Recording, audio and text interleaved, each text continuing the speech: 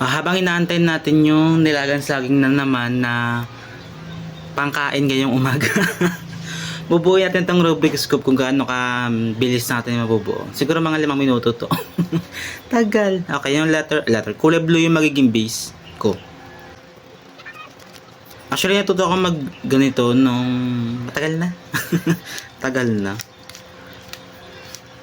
Tapos this year lang ulit ako nakapag ganito.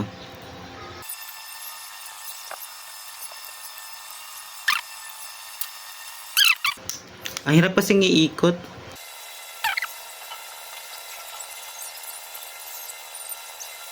Struggle yung pag-ikot. Hindi kaya, be. Ano yan?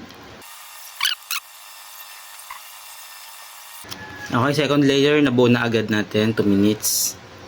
Sama entrance.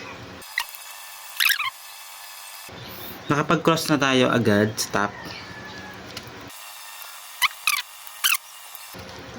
Yung upper part na yung binubuo natin.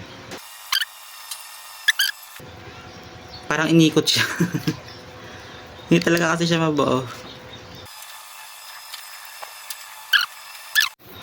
Okay, at the end, hindi ko siya nabuo dahil narumble siya. As I mean, may umikot.